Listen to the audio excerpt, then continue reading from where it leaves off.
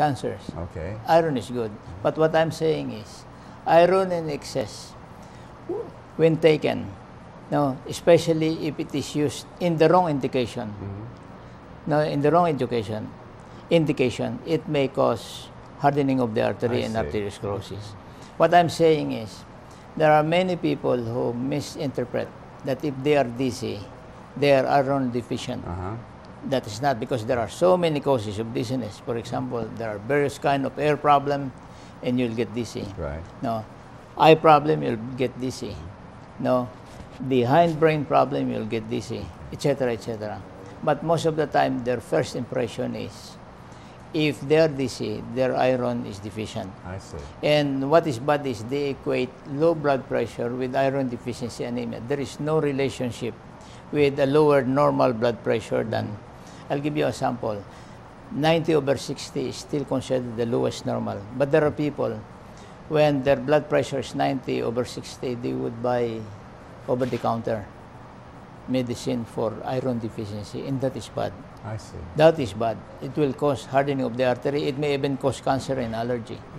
So iron is not good. It's only good, I will repeat, for the growing children, for the lactating mothers, no, and for those who have iron deficiency anemia from whatever cause. Okay. No.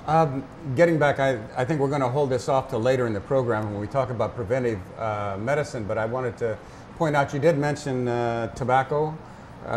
Smoking and hypertension and overweight. Yeah. And I guess we can probably talk about that when we talk about preventive measures for heart disease. But go ahead, I just wanted to mention that, and we'll talk about it later if we can. So what I was saying a while ago, I found out that there are 21 other causes which the conventional doctors are not paying attention to. 21? 21. Okay.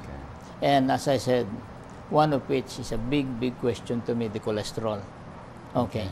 So there is something wrong with the 9, but there are 21 other causes which is not being addressed.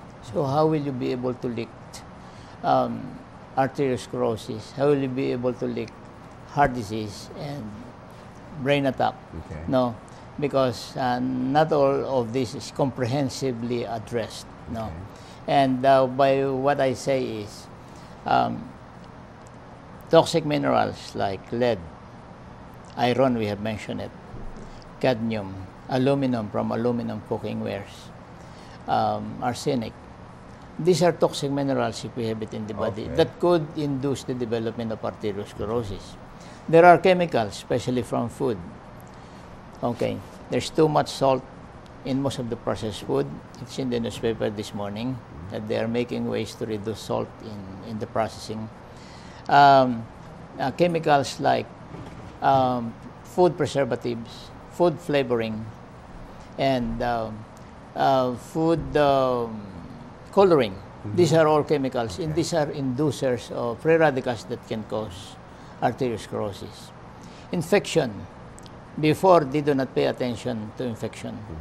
But as I said, organism has been isolated in the arteries, and it has been found that it can cause heart attack. You know, carious tooth, that's why good dental care is very important.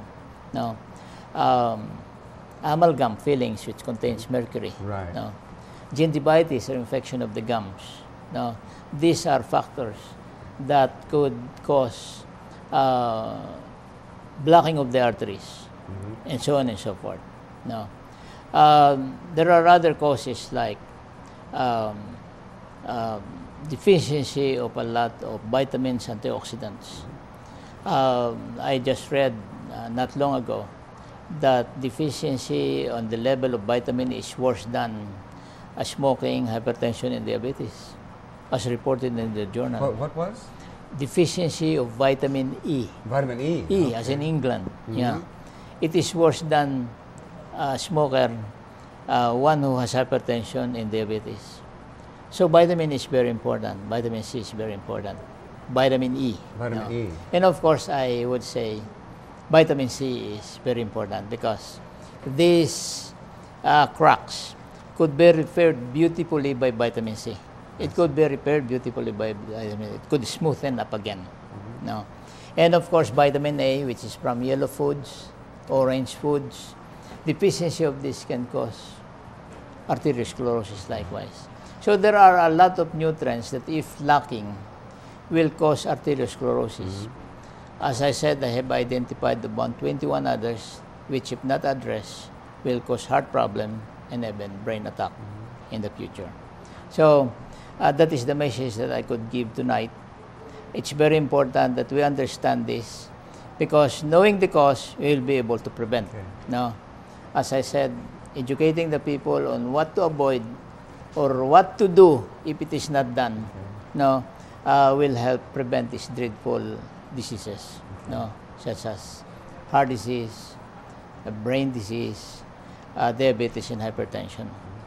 Now we will talk later with how to really treat this and probably in some other episodes because of the lack of material time rather this time. No. Well, good.